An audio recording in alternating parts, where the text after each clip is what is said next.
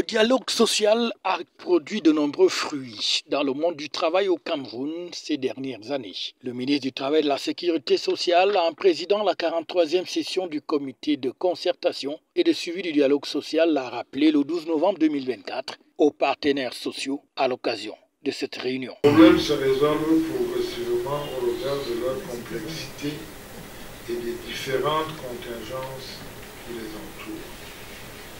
Ainsi, depuis 10 ans, le dialogue social a, avec votre précieux concours, permis, entre autres, l'examen et la résolution de plusieurs conflits sociaux, l'amélioration des conditions de travail et de vie des travailleurs, la consolidation de la vie, de la paix sociale, la promotion de la démocratie participative et inclusive au sein du monde du travail, le renforcement de la gouvernance et de la transparence dans le monde professionnel, la promotion de la justice sociale.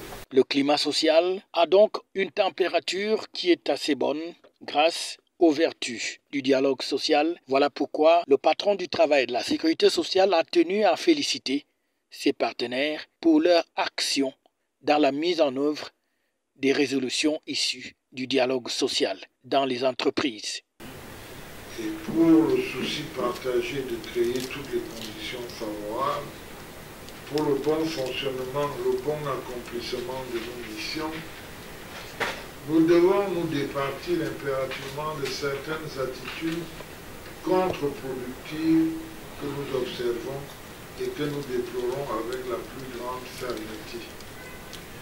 Prenez besoin de vous rappeler que les libertés publiques sont consacrées au Cameroun, à l'instar de la liberté syndicale et le droit de grève.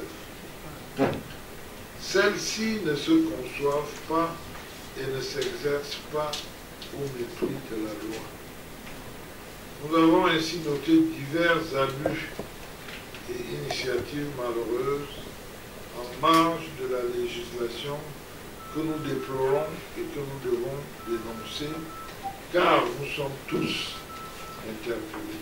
La 43e session du comité de concertation et de suivi du dialogue social devait donc porter sur un certain nombre de sujets après la présentation des recommandations finales de l'auto-évaluation du comité par le coordonnateur. Il est question également de suivre un exposé sur la déclaration de l'OIT sur les entreprises multinationales, mais aussi le thème portant sur le recrutement éthique pour les travailleurs migrants vers une feuille de route. Des sujets d'une importance capitale qui ont donc ainsi été présentés au cours de cette session. Avant de terminer, le ministre du Travail et de la Sécurité sociale a tenu à rappeler à l'attention des patrons d'entreprise quant à la négociation sur le SMIC, mais aussi les prochaines élections sociales qui vont se tenir au mois de décembre 2025. Il est donc question de se mettre au travail dès maintenant pour la réussite de celle-ci. FH News,